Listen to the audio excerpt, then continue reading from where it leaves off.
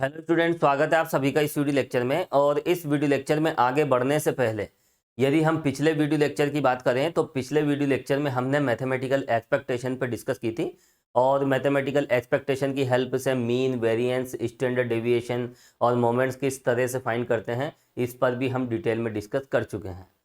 इस video lecture में जो हमारा सबसे पहला टारगेट है वो है कोवेरिएंस। कोवेरिएंस दो रैंडम वेरिएबल के लिए होता है। एक्स और वाई दो रैंडम वेरिएबल है, तो इसका जो कोवेरिएंस होगा उसे हम इस तरह से डिनोट करेंगे। और देखो इसे हम किस तरह से डिफाइन करेंगे, आप प्रॉपर तरीके से नोट कीजिए।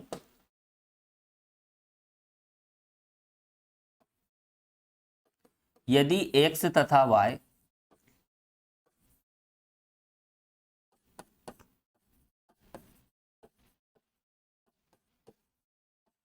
दो यादृच्छिक विचर हैं, random variables,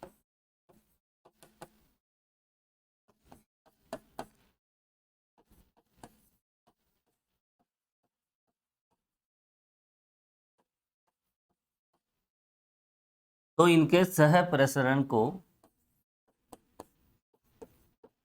covariance of x Y से व्यक्त करते हैं।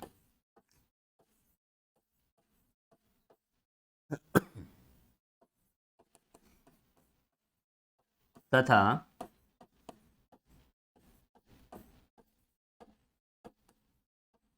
निम्न प्रकार परिभाषित करते हैं।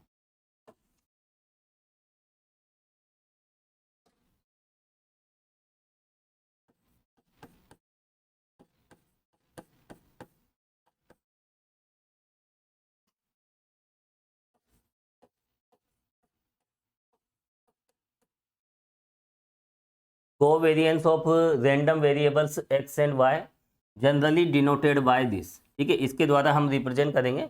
और किस तरह से डिफाइन करेंगे, देखो आप,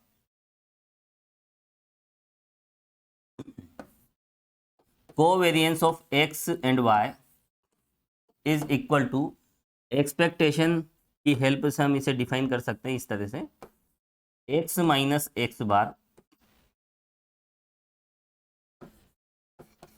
वाई माइनस वाई बार।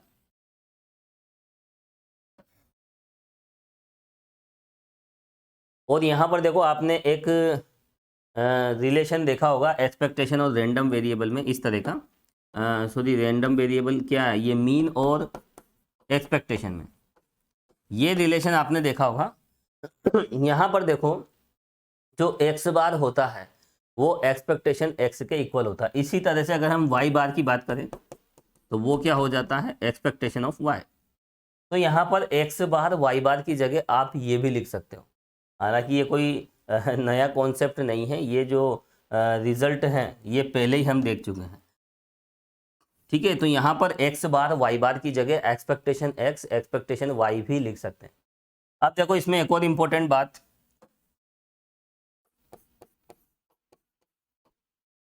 रैंडम वेरिएबल यदि इंडिपेंडेंट हो जाए, ये जो दोनों वेरिएबल हैं एक्स और वाई, अगर ये इंडिपेंडेंट हो तो ऐसी कंडीशन में इनका जो कोवेरिएंस है वो जीरो हो जाता है। तो लिखो आप यहाँ पर, यदि एक्स तथा वाई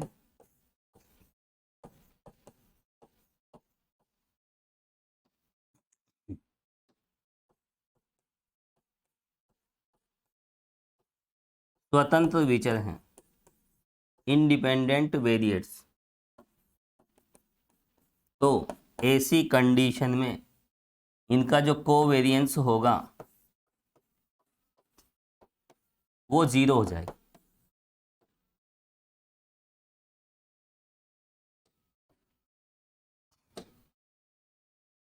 तो जब बात आती है इंडिपेंडेंट वेरिएबल्स की, स्वतंत्र चरों की, तो ऐसी कंडीशन में उनका जो कोवेरिएंस है वो जीरो हो जाता है।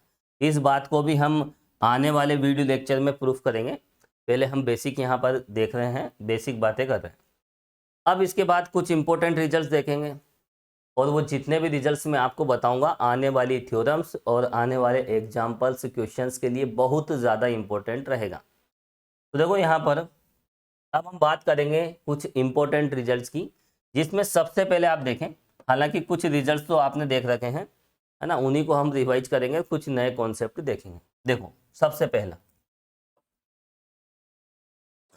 पहले हमने बात की थी मीन की, और आपको मैं बता देता हूं, देखो मीन, वेरिएंस और standard deviation, moments about any point, moments, ये तो मोमेंट्स अबाउट एनी पॉइंट, और ये होता है मोमेंट्स अबाउट ओरिजिन। ठीक है, माध्य, प्रसरण, मानक विचलन, और किसी बिंदु के सापेक्ष आघूर्ण और मूल बिंदु के सापेक्ष आघूर्ण। ठीक है, तो ये सब हम देख चुके हैं। ये जितनी भी क्वांटिटीज है ये एक्सपेक्टेशन एक्स की हेल्प से हम निकालते हैं ना, एक्सपेक्टेशन की हेल्प से। किसकी हेल्प से निकाली जाती है? एक्सपेक्टेशन की हेल्प से। तो पहली बात तो यह है कि इनमें किसी प्रकार का कोई डाउट, कंफ्यूजन नहीं होना चाहिए। सभी को एक्सपेक्टेशन की हेल्प से किस तरह से फाइंड करते हैं ये आपको पता होना चाहिए, और ये सब बातें तो मैं आपको बता चुका हूँ। चलिए वैसे हम यहाँ पर प्रॉपर तरीके से इसे नोट करेंगे, लिखें आप। सबसे पहले हम बात करेंगे मीन की। देखो मीन एक्स बार के द्वारा डिनोट किया जाता है, और मीन होता है एक्सपेक्टेशन एक्स। हर एक पॉइंट को प्रूफ भी करेंगे, लेकिन इसको मैं प्रूफ करवा चुका हूं, ठीक है, इसलिए इस पे ज़्यादा डिस्कस नहीं करेंगे। चलिए आगे बढ़ते हैं। दूसरा जो रिजल्ट है, हालांकि मीन होता है म्यू1 डैश, है ना। म्यू1 डैश क्या होता है? आपने देखा होगा, म्यू1 डैश होता है एक्स बार माइनस ए, है ना। स्टैटिस्टिक्स के स्टार्टिंग के दौर में हमने देखा था। और ए को अगर जीरो कर दिया जाए, ए को यहाँ पर जीरो कर दिया जाए, तो म्यू1 डैश क्या हो जाएगा? X bar. और ये म्यू1 डैश ए को जीरो कर देंगे तो फिर ये क्या कहलाएगा? ये कहलाएगा मोमेंट अबाउट ओरिजिन, मूल बिंदु के सापेक्ष प्रथम आघूर्ण, है ना। म्यू1 लगा हुआ है, तो यहाँ पर मूल बिंदु के सापेक्ष जो पहला आघूर्ण होता है वह माध्य के बराबर होता है। ये बात मैं आपको बता चुका हूँ। हालांकि देखो इसमें इसका कोई रोल नहीं है इस एक्सरसाइज में, फिर भी ये छोटी छोटी बातें हैं। देखो ये बेसिक सी बातें हैं ना, बेसिक तो आपको क्लियर करना ही पड़ेगा। हम यहाँ पर केवल एक्सपेक्टेशन की हेल्प लेंगे, क्योंकि एक्सपेक्टेशन वाली एक्सरसाइज हम देख रहे हैं, तो जो भी रिजल्ट हमें फाइंड करेंगे वो एक्सपेक्टेशन की हेल्प से फाइंड करेंगे। अब देखो इसके बाद हम बात करेंगे मोमेंट की। देखो सबसे पहले हम बात करेंगे मोमेंट अबाउट एनी पॉइंट, और ये सिंबल आपको पता होना चाहिए, इसे हम बार बार एक्सप्लेन नहीं करेंगे कि म्यू आर और म्यू आर डैश में क्या डिफरेंस है। ये लिया जाता है मीन के रेस्पेक्ट में, और ये लिया जाता है किसी पॉइंट के रेस्पेक्ट में। ये दो बातें आपको ध्यान रखना। अब देखो यहाँ पर सबसे पहले हम बात करेंगे moment about point A. Mu R का मतलब क्या होता है? म्यू आर डैश का मतलब किसी बिंदु के सापेक्ष आघूर्ण। देखो म्यू आर डैश एक्सपेक्टेशन की हेल्प से हमने कैसे फाइंड किया था? एक्स माइनस ए की पावर आर, ये होता है moment about point A.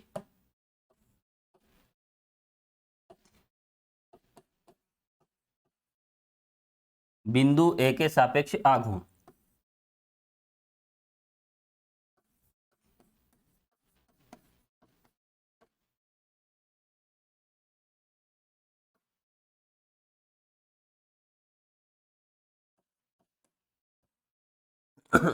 Moment about point ए। उसके बाद देखो हमने एक म्यू आर भी देखा था, और म्यू आर की क्या डेफिनेशन है? एक्स माइनस ये आ जाएगा एक्स बार,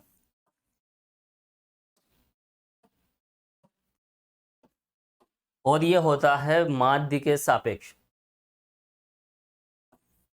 एक्स बार के सापेक्ष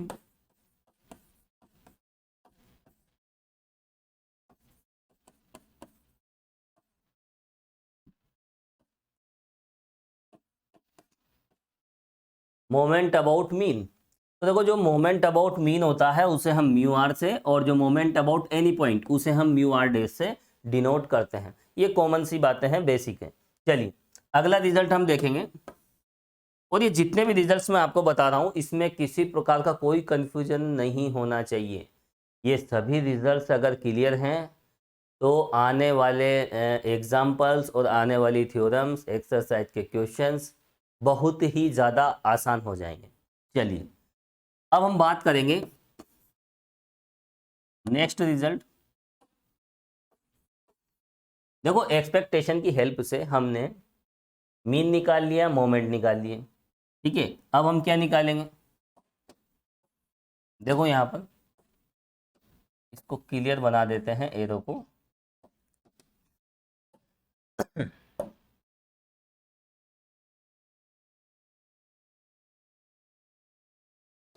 अब हम बात करेंगे वेरिएंस की, है ना। वेरिएंस किस तरह से निकालते हैं, देखो वेरिएंस के बहुत सारे फॉर्मूले होते हैं। वेरिएंस ऑफ एक्स वेरिएंस को हम तरह तरह से निकाल सकते हैं। सबसे पहले देखो हम बात करेंगे वेरिएंस की, जो मेन डेफिनेशन होती है, देखो वेरिएंस होता है म्यू टू। वेरिएंस क्या होता है, म्यू टू हमने पढ़ा था, है ना। माध्य के सापेक्ष जो दूसरा आघूर्ण होता है, सेकंड मोमेंट अबाउट मीन, उसी को हम कहते हैं म्यू टू, और ये होता है वेरिएंस, है ना। स्टार्टिंग में हमने देखा था। और देखो यहाँ पर, और म्यू टू क्या होता है, mu two dash, mu two dash minus mu one dash का होल स्क्वायर, ये भी हमने देखा था। अब यहाँ पर देखो, अगर हम बात करें म्यू टू की, तो म्यू टू कहाँ से निकलेगा, यहाँ से। आर की जगह आप 2 पुट कर दीजिए, तो एक्सपेक्टेशन की हेल्प से वेरिएंस को हम इस तरह से निकालते हैं। अब यहाँ पर देखो, अगर हम इसे ओपन करें, थोड़ा सा और क्लियर लिख देता हूं मैं, स्पेस बनाकर इस तरह से, expectation x minus X bar और इसका होल स्क्वायर, ठीक है। तो देखो यहाँ 3 तरीके हो गए वेरिएंस निकालने के। अब यदि हम इसको और डिफाइन करें, मतलब इसको और सोल्व करें, तो देखो इसको इस तरह से भी डिफाइन किया जा सकता है। जब आप इसका स्क्वायर ओपन करोगे और एक्सपेक्टेशन की प्रॉपर्टीज यूज करोगे, तो ये वाला जो फॉर्मूला है, ये फॉर्मूला इस तरह से बदल जाएगा, एक्सपेक्टेशन एक्स स्क्वायर और एक्सपेक्टेशन एक्स का होल स्क्वायर। जनरली कैलकुलेशन में हम यही फॉर्मूला यूज करते हैं, ये मैंने आपको बताया भी। और एक हमने सबसे पहले जो वेरिएंस का फॉर्मूला देखा था, वो हमने क्या देखा था, 1/n sigma I equal 1 to n F I और x माइनस एक्स बार और इसकी पावर 2। अगर r पावर लगा दोगे तो म्यू आर की डेफिनेशन हो जाएगी, है ना। जब फ्रीक्वेंसी डिस्ट्रीब्यूशन की हमने बात की थी, है ना, बारंबारता बंटन, तो बारंबारता बंटन में हम ये लेते हैं। उसके बाद देखो इस 1/n को एफ आई के साथ ले लीजिए, तो वो पी आई बन जाएगा, है ना। ये सारी बातें मैं बता चुका हूँ। जैसे आप ये समेशन, ये 1 को ये ले लोगे, एफ आई अपॉन एन, है ना, तो ये क्या बन जाएगा यहाँ पर, एफ आई अपॉन एन, ये बन जाएगा पी आई, और साथ में क्या है, एक्स माइनस एक्स बार का होल स्क्वायर। अब ये जो है, यहाँ एक्सपेक्टेशन की डेफिनेशन आप लगाएं तो ये इसके इक्वल दिखेगा, ठीक है। ये टर्म इसके इक्वल है। ये किसकी डेफिनेशन है, expectation of X minus X bar का होल स्क्वायर, है ना। ये सब बेसिक सी बातें हैं, ये बातें हमने की थी फ्रीक्वेंसी डिस्ट्रीब्यूशन में। चलो लिख लो, वैसे वैसे हटा देता हूँ मैं, इसका कोई रोल नहीं है यहाँ पे, हमें तो एक्सपेक्टेशन पे ही फोकस करना है। तो एक्सपेक्टेशन की हेल्प से हम इस तरह से यहाँ पर वेरिएंस निकाल सकते हैं। अब देखो इसके बाद हम आगे बढ़ेंगे। अब हम बात करेंगे स्टैंडर्ड डेविएशन की, और देखो इन सभी बातों को हम यहाँ प्रूफ नहीं करेंगे, क्योंकि इन सब का प्रूफ पिछले वीडियो लेक्चर में मैं आपको बता चुका हूँ। अब देखो यहाँ पर हम बात करेंगे स्टैंडर्ड डेविएशन की, मानक विचलन। देखो जो स्टैंडर्ड डेविएशन होता है, मानक विचलन, वो किसके इक्वल होता है, रूट वेरिएंस ऑफ एक्स। तो यहाँ पर अगर हम वेरिएंस निकाल लेते हैं, तो इसका स्क्वायर रूट आप ले लीजिए, आपको स्टैंडर्ड डेविएशन मिल जाएगा। चलिए अगला रिजल्ट।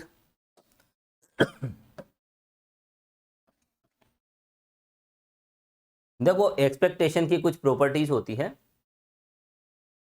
कुछ प्रॉपर्टीज इस तरह से भी होती है, जैसे expectation X plus Y, expectation X plus expectation y, जहां एक्स वाई कोई से भी दो रैंडम वेरिएबल हैं।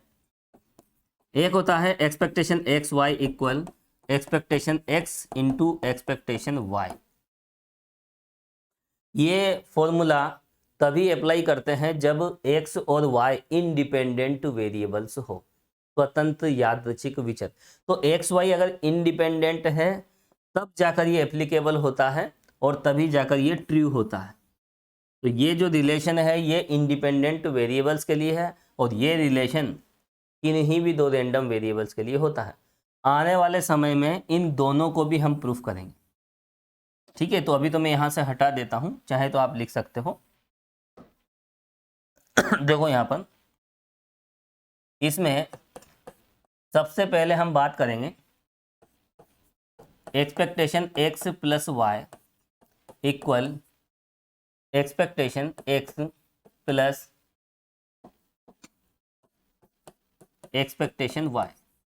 ये भी एक इम्पोर्टेंट रिजल्ट है, इसकी हेल्प से हम बहुत सारे एग्जाम्पल सोल्व करेंगे। ये दो वेरिएबल के लिए है, अगर तीन वेरिएबल हो जाए तो यहाँ पर एक टर्म और आ जाएगी एक्सपेक्टेशन जेड, चौथा वेरिएबल होगा तो और टर्म बढ़ जाएगी। इसको चाहे तो हम जनरलाइज करके भी लिख सकते हैं। देखो आप इस तरह से, यदि x1 x2 xn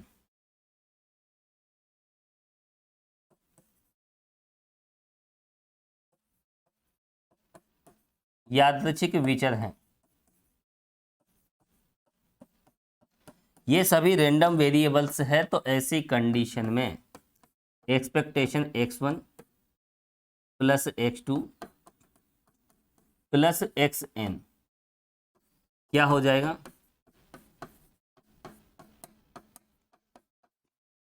इस तरह से।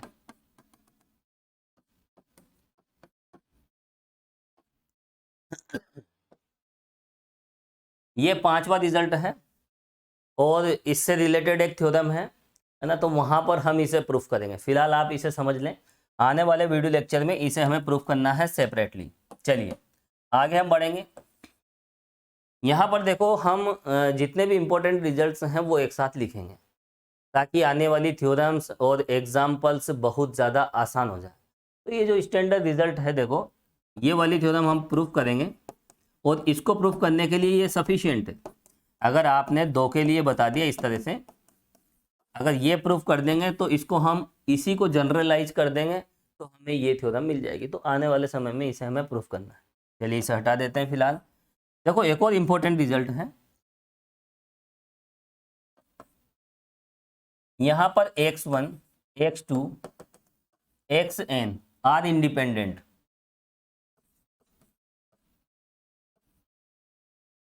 स्वतंत्र विचर, ये ध्यान रखना, यहाँ पर ये इंपॉर्टेंट बात है।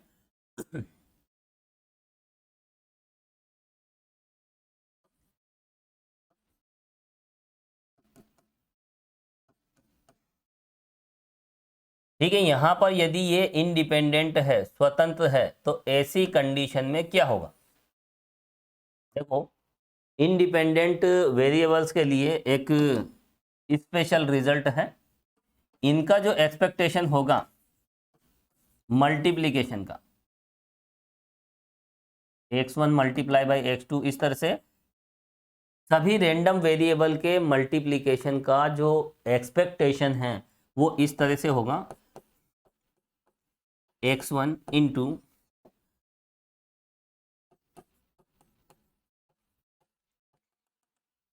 ये सब मल्टीप्लीकेशन में हम लिखेंगे। लेकिन ध्यान रहे यहाँ पर x1 x2 x3 सभी क्या होने चाहिए, इंडिपेंडेंट होने चाहिए, स्वतंत्र विचर होने चाहिए। और यहाँ पर ऐसा कुछ भी नहीं है, ऊपर तो जनरल केस है, कोई से भी आप रैंडम वेरिएबल्स ले सकते हो रिजल्ट नंबर 5 में। लेकिन यहाँ पर तो आपको इंडिपेंडेंट रैंडम वेरिएबल्स, स्वतंत्र यादृच्छिक विचर ही लेने पड़ेंगे, तभी जाकर ये ट्रू होगा, अदरवाइज नहीं होगा। ठीक है, चलिए आगे हम बढ़ते हैं और इनको भी देखो आने वाले समय में प्रूफ करेंगे। ये तो मैं इनका तो प्रूफ बता चुका हूँ पिछले वीडियो लेक्चर में, और आने वाले वीडियो लेक्चर्स में हम इन्हें प्रूफ करेंगे। और इसको प्रूव करने के लिए ये सफिशियंट है। अगर आपने 2 के मल्टीप्लिकेशन का एक्सपेक्टेशन इस तरह से बता दिया, एक्सपेक्टेशन x एक्सपेक्टेशन y, तो इसी को हम जनरलाइज कर देंगे। तो ये जो रिलेशन है, ये रिलेशन आने वाले वीडियो लेक्चर में हम प्रूफ करेंगे। चलिए अगला इंपॉर्टेंट रिजल्ट आप देखें। देखो यहाँ पर एक्सपेक्टेशन की कुछ इंपॉर्टेंट प्रॉपर्टीज हैं। जैसे सबसे पहली प्रॉपर्टी हम देखेंगे, देखो expectation of A is equal to 0, और यहां पर ए क्या है, constant, where A is constant.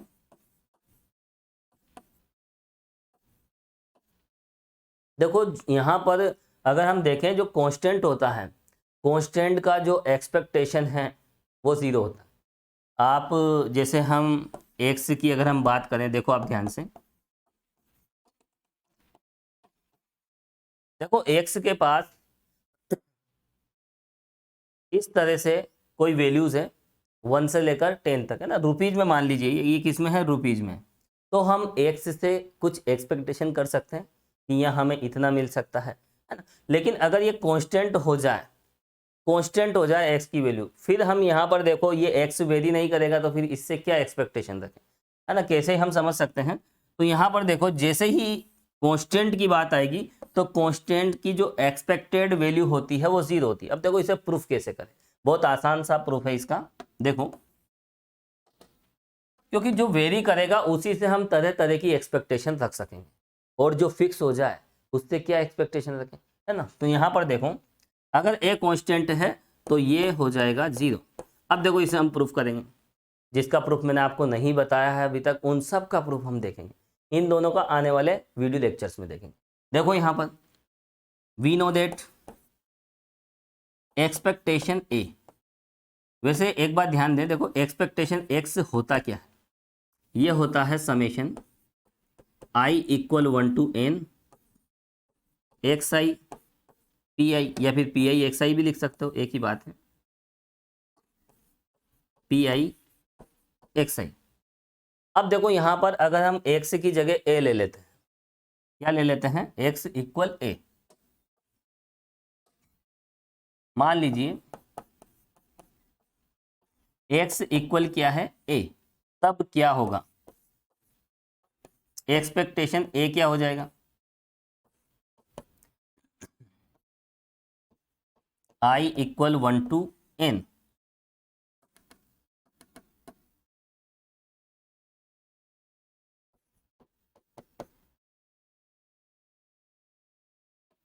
ठीक है, ये तो हमने मान लिया था।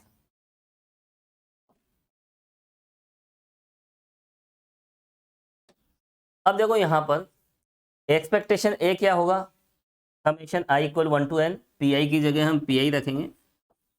देखो यहाँ एक्स का एक्सपेक्टेशन निकाल रहे हैं तो एक्स वेरी करेगा, जिसका भी एक्सपेक्टेशन निकालते हैं वो वेरी करेगा। तो यहाँ एक्स की जगह अगर हम ए पुट कर देते हैं तो ए वेरी करेगा, नहीं करेगा, क्यों, क्योंकि ये तो कांस्टेंट है। तो फिर यहाँ एक्स आई की जगह क्या हो जाएगा, ए। तो यहाँ पर देखिए पी आई के साथ क्या लेते हैं हम, इस एक्स की वैल्यूज, जो भी पॉसिबल वैल्यूज है, ठीक है। तो यहाँ एक्स वेरी करेगा तो एक्स आई आ जाएगा, यहाँ ए वेरी नहीं करेगा क्योंकि ये कांस्टेंट है, तो यहाँ एज इट इज हम ए लिख देंगे। अब देखो यहाँ पर,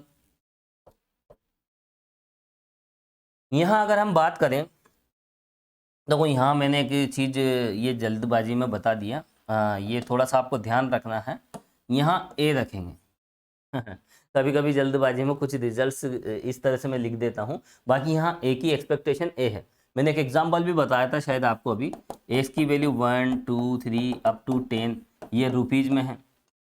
तो यहाँ पर हम क्या एक्सपेक्टेशन रखेंगे, यहाँ हम क्या अर्न कर सकते हैं, एक्स की वैल्यू 1 से लेकर 10 तक, कोई से भी देखो 1 से 10 तक के रुपए की हम बात कर रहे हैं, रुपीज़ की। तो यहाँ पर हम इससे जो एक्सपेक्टेशन रखेंगे या तो 1 रुपये की रखेंगे, और मैक्सिमम 10 रुपये की भी हम इससे एक्सपेक्टेशन रख सकते हैं, उम्मीद रख सकते हैं। लेकिन अगर ये कांस्टेंट हो जाए, जैसे यहाँ पर इसको फिक्स कर दिया जाए 5, अब ये फिक्स हो गया, देखो ये वेरी नहीं कर रहा है, यहाँ तो वेरी कर रहा था 1 to 10, तो बहुत सारी एक्सपेक्टेशंस थी हमारी, लेकिन यहाँ तो केवल सिंगल एक्सपेक्टेशन है। तो इस 5 से क्या एक्सपेक्टेशन रखें, 5 की रखेंगे, है ना। जितना उसके पास होगा उससे न ज़्यादा न कम, क्योंकि ये फिक्स है, ये कॉन्स्टेंट हो गया। यहाँ एक्स कांस्टेंट नहीं है क्योंकि एक्स की डिफरेंट वैल्यूज है, एक्स वेरी कर रहा है। तो एक्स अगर कांस्टेंट हो जाता है तो फिर उस पर उतनी ही एक्सपेक्टेशन हम रखेंगे, है ना। तो जल्दबाजी में मैंने यहाँ 0 लिख दिया था, तो यहाँ थोड़ा सा आप इसको ध्यान दें। देखो तो एक्सपेक्टेशन ए क्या होगा, ए कांस्टेंट का जो एक्सपेक्टेशन होगा वो कांस्टेंट ही होता है। अब देखो यहाँ पर वो यहाँ पता चला जब हम कैलकुलेशन कर रहे थे, इसको प्रूफ कर रहे थे। अब यहाँ पर ये ए कांस्टेंट है, ये वेरी नहीं कर रहा है, ये आई पे डिपेंड नहीं है, तो इसको समेशन से आउट कर लीजिए। आई इक्वल 1 to n और पी आई, देखो summation P I sum of all probabilities, जितनी भी प्रायिकताएं हैं उन सभी प्रायिकताओं का योग कितना होता है, 1 होता है। और यही बात तो पढ़ी थी हमने प्रोबेबिलिटी डिस्ट्रीब्यूशन में।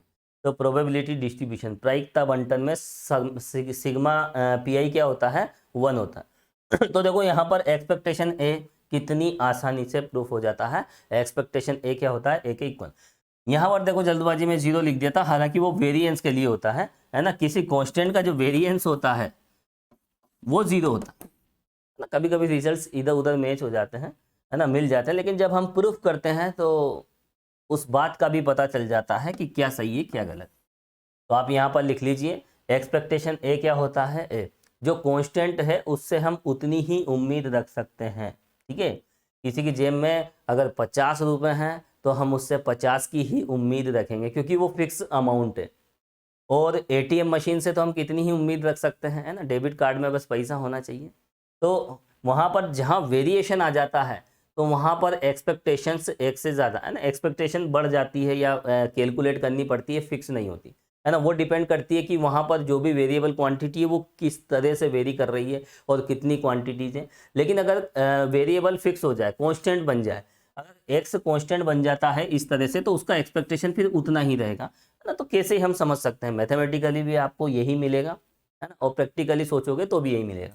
अब देखो यहाँ पर अगला रिजल्ट हम देखेंगे। ये सब रिजल्ट बहुत यूजेबल है। देखो ये 7 नंबर का था, अब हम देखेंगे रिजल्ट नंबर 8।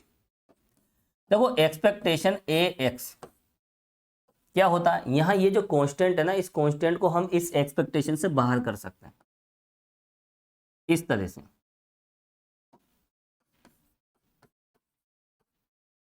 देखो ये भी हम प्रूफ कर सकते हैं, बहुत आसान। देखो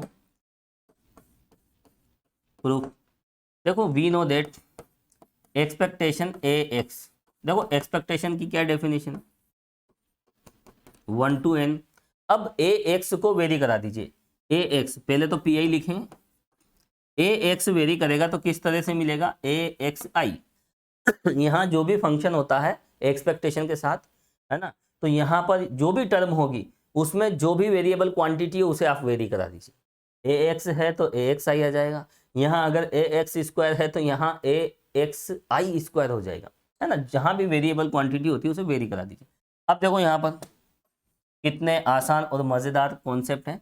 अब हम यहाँ पर ये जो कांस्टेंट है इसको समेशन से आउट कर देंगे, i इक्वल 1 to n। इसको समेशन से जैसे हम आउट करेंगे तो यहाँ बनेगा पी आई एक्स आई, यहाँ बचेगा यहाँ पर पी आई एक्स आई। और देखो ये जो पी आई एक्स आई होता है ये क्या होता है, ये जो पी आई एक्स आई है यही तो होता है एक्सपेक्टेशन एक्स। तो देखो हमने प्रूफ भी कर दिया, ये रिजल्ट इंपॉर्टेंट है, ऐसे आप नोट करते जाएं। फिर अगला देखो,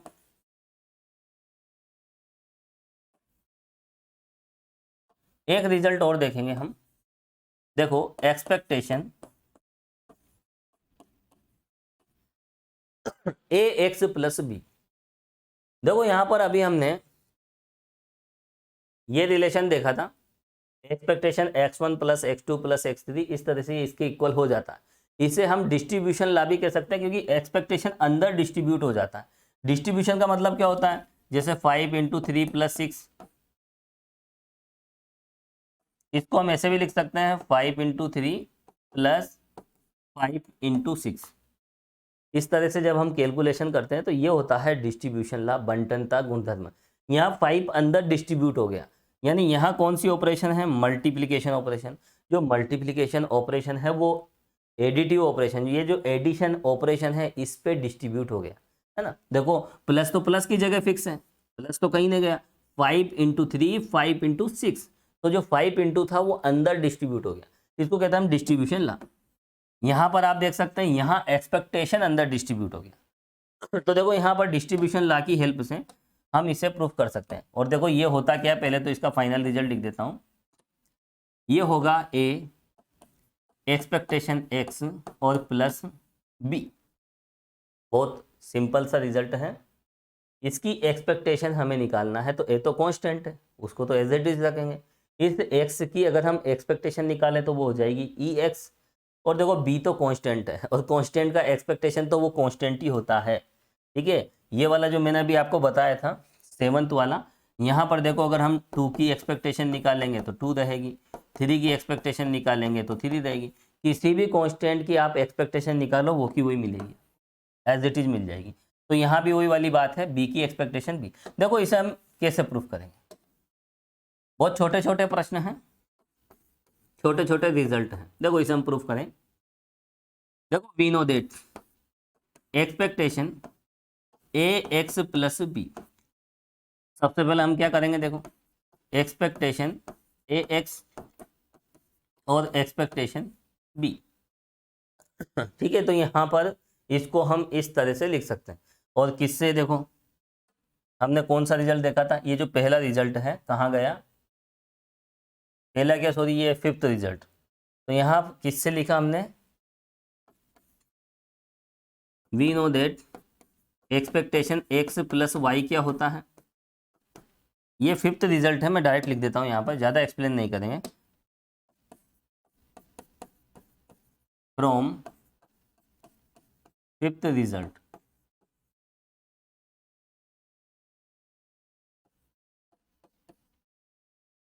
है ना। हमने जो रिजल्ट अभी लिखाए थे मैंने आपको, उन्हीं की मैं बात कर रहा हूँ। और उन्हीं के आधार पर देखो हम इस तरह से यहाँ पर चेंजेज कर सकते हैं, ठीक है। तो एक्सपेक्टेशन एक्स प्लस वाई क्या होता है, expectation X plus expectation Y. और ये जो 5th रिजल्ट है आने वाले टाइम में हम इसे प्रूफ करेंगे, इसमें कोई कंफ्यूजन नहीं रखना। चलिए अब यहाँ पर देखो आगे हम बढ़े। ये जो कांस्टेंट है इसे हम आउट कर देंगे, कांस्टेंट को क्या करेंगे, आउट। क्योंकि देखो यहाँ पर ये वाली प्रॉपर्टी यूज करो, तो यहाँ जैसे कांस्टेंट आउट होगा तो क्या मिल जाएगा, एक्सपेक्टेशन एक्स प्लस, और बी का जो एक्सपेक्टेशन है, बी तो कांस्टेंट है, बी का एक्सपेक्टेशन क्या है यहाँ पर, बी ही रहेगा। और ये बात चाहे तो आप लिख लीजिए यहाँ पर, where A and B are constant, दोनों के दोनों कांस्टेंट हैं। तो देखो ये भी हमने प्रूफ कर दिया।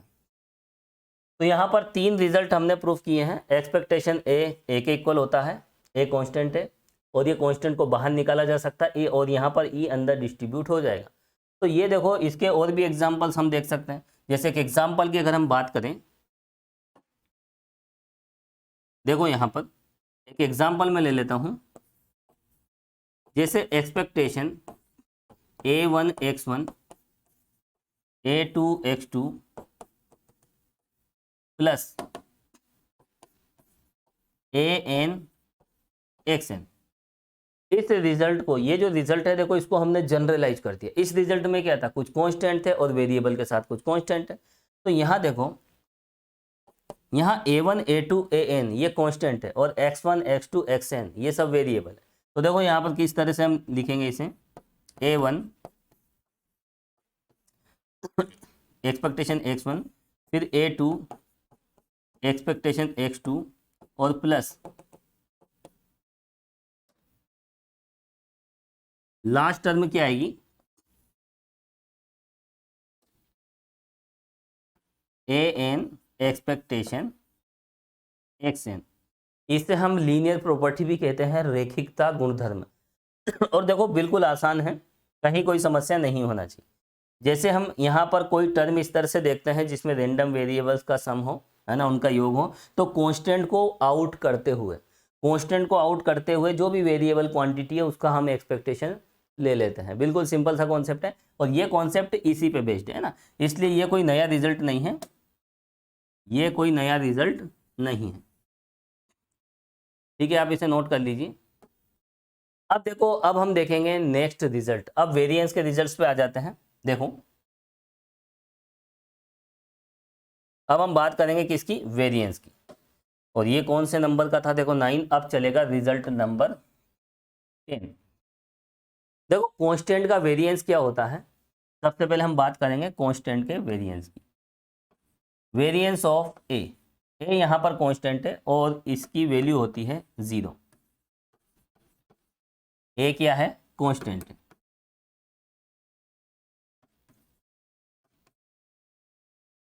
ठीक है, और यही रिजल्ट देखो जल्दबाजी में मैंने यहाँ भी बता दिया था, है ना, यहाँ 0 कर दिया था, तो वेरिएंस थोड़ा सा ध्यान रह गया था माइंड में।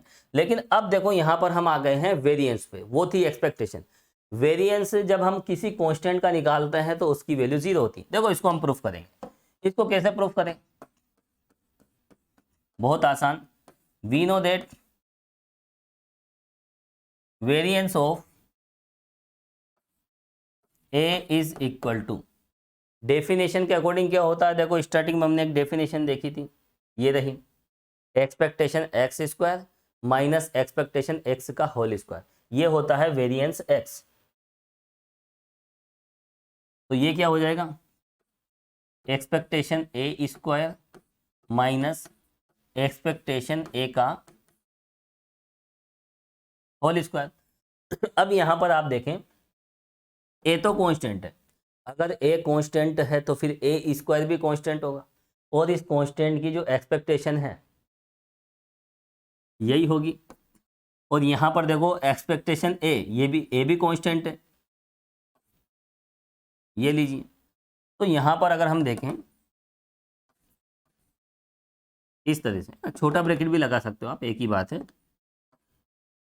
इसकी वैल्यू ए है और इसका होल स्क्वायर। अब आप इसे अगर सोल्व करोगे तो इसकी वैल्यू तो 0 मिल जाएगी, है ना, इजीली प्रूफ हो जाता है। तो देखो यहाँ पर ये थोड़ा सा आपको ध्यान रखना है। देखो एक्सपेक्टेशन ऑफ कांस्टेंट, अगर किसी ए का एक्सपेक्टेशन निकालेंगे तो ए मिलेगा, और वेरिएंस निकालेंगे तो वो 0 होगा। दो इंपॉर्टेंट बातें हैं, कंफ्यूज नहीं होना चाहिए। ठीक है, चलिए आगे हम बढ़ते हैं। चलिए आगे बढ़ते हैं। अब देखेंगे नेक्स्ट रिजल्ट। यहां देखिए, अब हम निकालेंगे वेरिएंस ऑफ ए एक्स, ये होता है ए स्क्वायर वेरिएंस ऑफ एक्स। देखो ये भी कितना अच्छा रिजल्ट है। इसके पहले हमने देखा था एक्सपेक्टेशन ए एक्स, उसमें क्या होता है, ए को बाहर निकाल देते हैं, लेकिन यहां पर जब ए बाहर निकलेगा तो वो स्क्वायर हो जाएगा, उसका क्या हो जाएगा, स्क्वायर। कैसे होगा, देखो हर बात का प्रूफ हमें देखना है ना, मैथमेटिक्स में हर एक बात का अगर प्रूफ आपको पता है तो कोई कंफ्यूजन नहीं होता। और मैंने आपको बताया भी था, यहाँ पर जितने भी रिजल्ट्स हम देखेंगे उनका प्रूफ भी देखेंगे।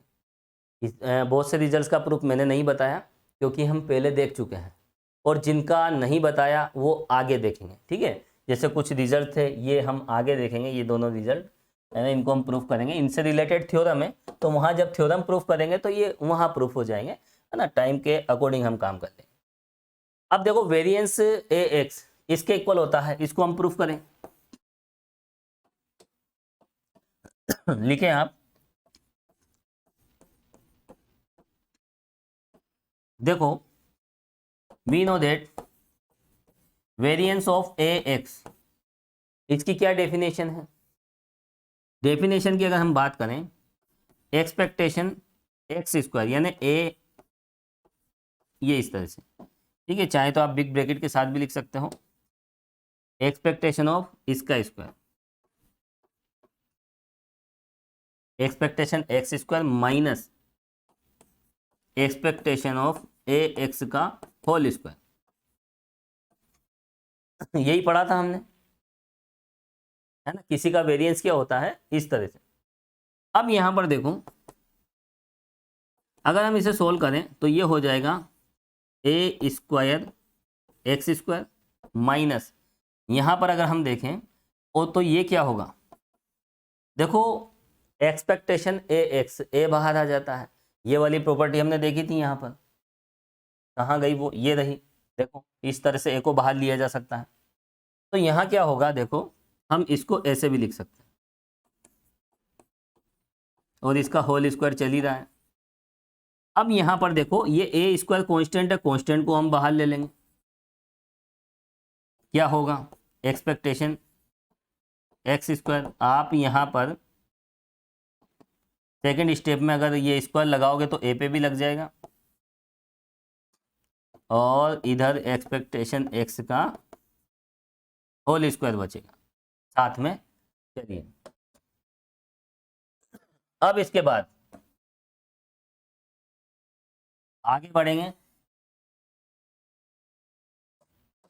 देखो अगर हम ए स्क्वायर कॉमन ले लेते हैं तो यहाँ से क्या बचेगा,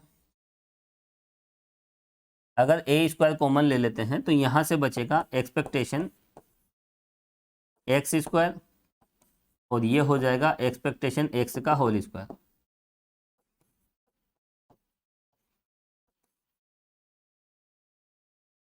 है ना, रूल के अकॉर्डिंग देखो यहाँ तो लगा देते हैं हम बिग ब्रैकेट, और यहाँ लगा देते हैं कर्ली ब्रैकेट। ये लीजिए, हमने क्या कॉमन ले लिया दोनों में से, ए स्क्वायर। अब यहाँ पर यदि हम देखें तो ये किसकी डेफिनेशन है, ये तो एक्सपेक्टेशन वेरिएंस एक्स की definition, A square variance of x. तो देखो हमने प्रूफ कर दिया है इसकी वैल्यू किसके इक्वल आई है, ए स्क्वायर वेरिएंस एक्स के इक्वल। चलिए आगे हम बढ़ेंगे। Next result, result number 12। अब हम यहाँ जो वेरिएंस निकालेंगे वो निकालेंगे ए एक्स प्लस बी का। देखो ये किसके इक्वल होता है आपको मैं बता देता हूं, variance A X plus B variance A x के इक्वल होता है, और इसको आउट कर सकते हैं, है ना। ये तो अभी हमने देखा था ये वाला रिजल्ट को। देखो ये एक स्टैंडर्ड रिजल्ट है, मैंने आपको बताया था स्टार्टिंग में। जैसे x है, x की वैल्यूज है x 102 और कहाँ तक, और इसके करस्पॉन्डिंग प्रोबेबिलिटी कुछ भी दे रखी है आपको, है ना। तो x की इन वैल्यूज का हम वेरिएंस निकालें।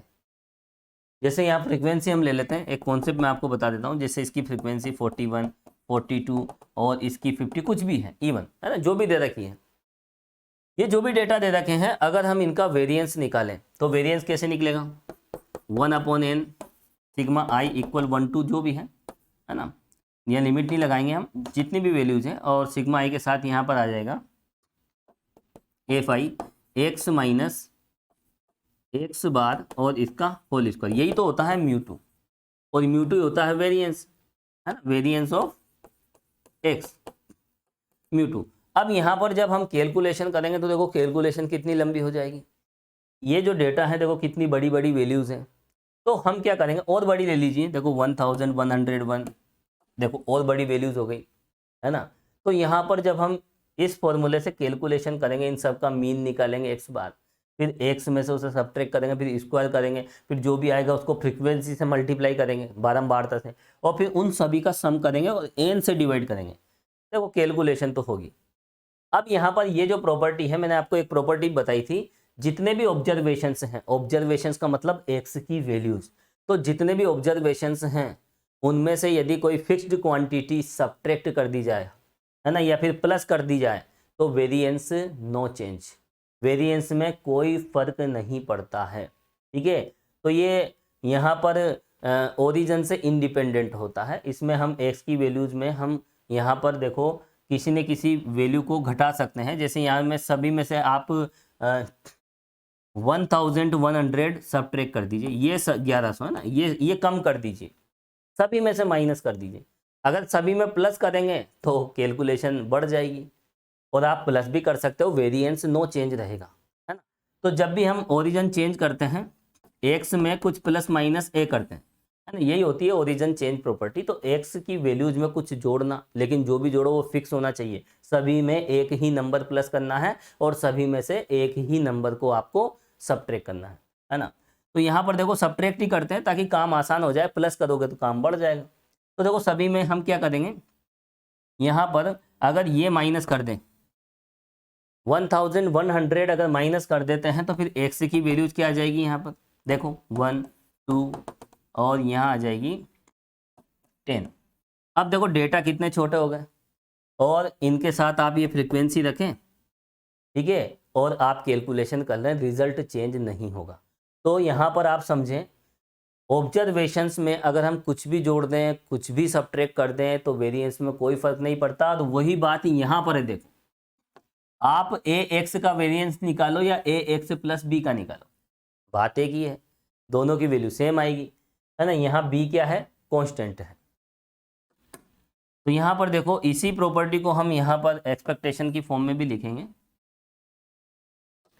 ये देखो यहाँ पर वेरिएंस ऑफ एक्स का वेरिएंस निकालो, या variance of X plus A का निकालो, या variance of X plus B का निकालो, सब इक्वल आएंगे। यहाँ माइनस भी लगा सकते हो आप, प्लस माइनस प्लस माइनस, सभी की वैल्यूज सेम है, कोई चेंजेज नहीं है, ठीक है। और यहाँ ए और बी क्या है, कांस्टेंट टर्म है। चलो यहाँ पर देखो इसको हम कैसे प्रूफ करें। देखो ये तो हमने प्रूफ कर दिया था, और देखो इसको क्या प्रूफ करना है, ये तो सीधे सीधे प्रॉपर्टी से, और अगर आप इसे प्रूफ भी करना चाहो तो कर सकते हो। देखो ये वाली बात तो हमने प्रूफ कर दी थी, है ना, और ये तो सीधे सीधे प्रॉपर्टी से प्रूफ हो जाता। फिर भी मैं आपको प्रूफ करके बता दूंगा, इसकी वैल्यू इसकी इक्वल है। देखो बहुत आसान, देखो we know that variance of A X plus B, हम एक्सपेक्टेशन की हेल्प से प्रूफ करेंगे। यहां पर देखो हमने एक रिजल्ट देखा था, वी नो दैट एक्सपेक्टेशन क्या, वेरिएंस, देखो वेरिएंस ऑफ यू, सपोज कीजिए यू कोई रेंडम वेरिएबल है, या फिर एक्स ही ले लीजिए आप, तो एक ही बात है। वेरिएंस एक्स क्या होता है, expectation x minus X bar का होल स्क्वायर, ये रिजल्ट हमने देखा था। इस वजह से ये क्या होगा, ये चाहे तो आप साइड में भी लिख सकते हो, एक ही बात है, साइड में लिख देंगे ज़्यादा ठीक रहेगा। देखो ये एक स्टैंडर्ड रिजल्ट है, अब इसके बेस पर हम यहाँ पर कुछ लिखेंगे।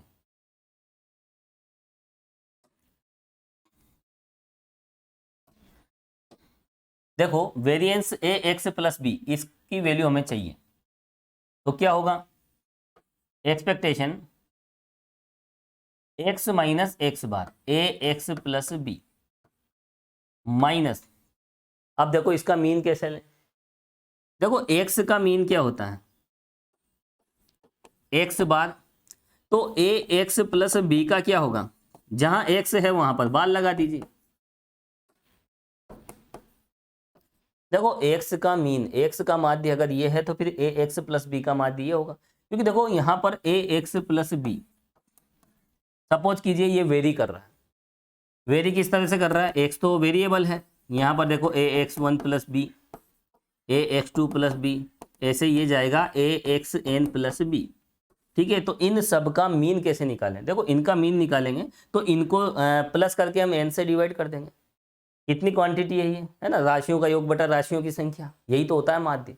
तो नंबर ऑफ टर्म्स कितनी है, 1 2 3 एन टर्म्स हैं, तो इन सबको प्लस करके एन से डिवाइड कर देंगे तो हमें मीन मिल जाएगा इसका। तो देखो इसका जो मीन है किस तरह से मिलेगा, सबको प्लस करोगे तो ए कॉमन आ जाएगा, और x1 x2 और xn, और उसके बाद देखिए यहाँ पर b को n टाइम प्लस करोगे तो कितना आ जाएगा, bn, और आप डिवाइड कर दीजिए n से। यही तो होता है x बार, क्या होता है, सिग्मा x अपॉन n। तो सभी को प्लस किया, सभी टर्म्स को n से डिवाइड कर दिया। अब देखो यहाँ पर आप सेपरेट कर लीजिए, तो सेपरेट करोगे तो क्या होगा, xn डिवाइड बाई n, और प्लस इधर देखो bn, और इससे डिवाइड करोगे तो ये। अब यहाँ पर देखिए x1 से xn प्लस किया तो ये बन जाएगा x बार और प्लस b, तो देखो इसका मीन ये होता है ए एक्स बार प्लस बी, कॉमन सी बात है ना, ज़्यादा परेशान आपको नहीं होना। तो इसका जो मीन है, इसका बार आप ले लीजिए, इसका माध्य लोगे तो क्या मिलेगा, ए एक्स बार प्लस बी, और इसका होल स्क्वायर। और यहाँ पर देखो ऐसा क्यों हुआ, क्योंकि ये रिजल्ट आपको पता होना चाहिए, ये जो मैंने साइड में लिखा है,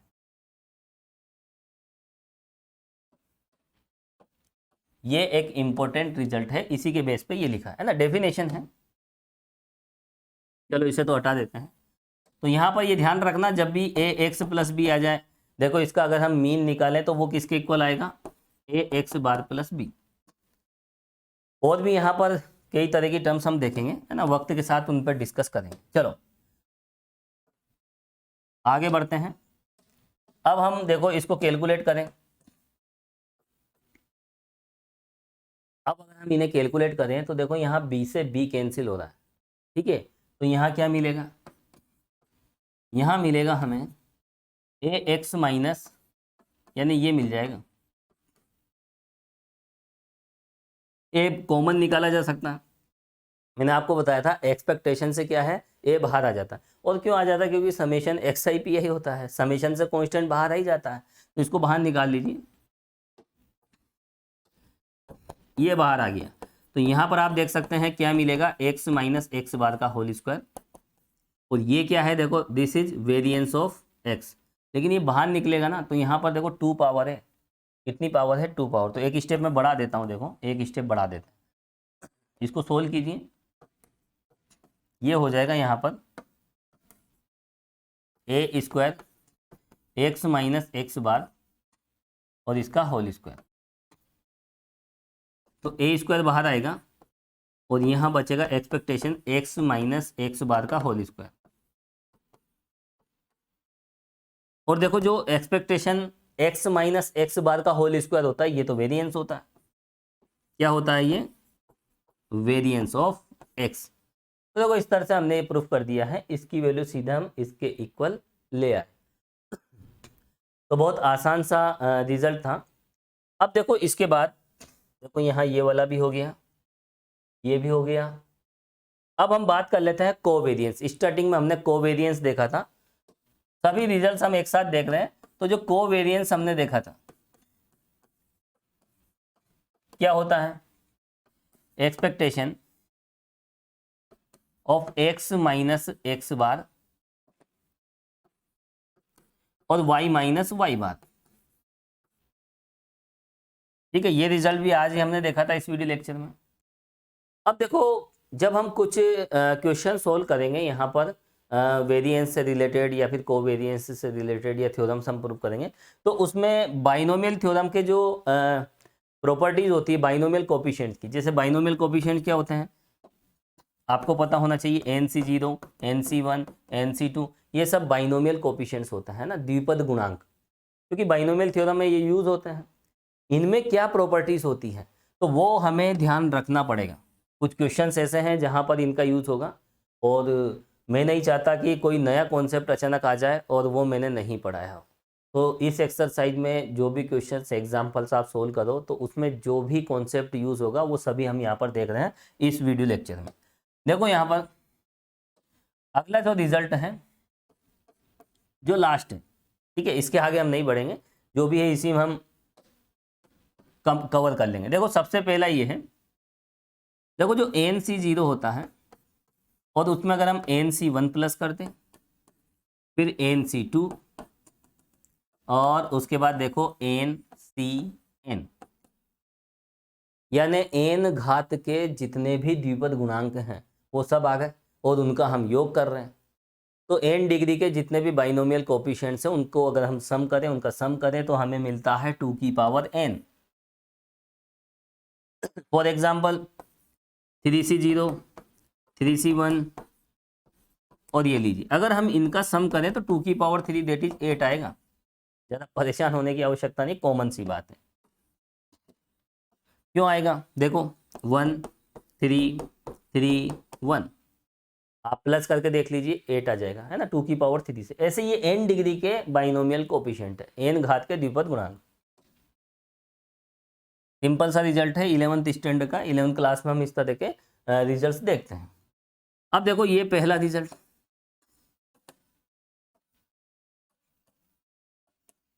इसके बाद हम एक और देखेंगे। देखो यहाँ हम क्या करेंगे, NC1 को तो हमने 1 से मल्टीप्लाई कर दिया। देखो ये भी बहुत अच्छा रिजल्ट है। NC1 को यदि हम 1 से मल्टीप्लाई कर दें और NC2 को 2 से मल्टीप्लाई कर दें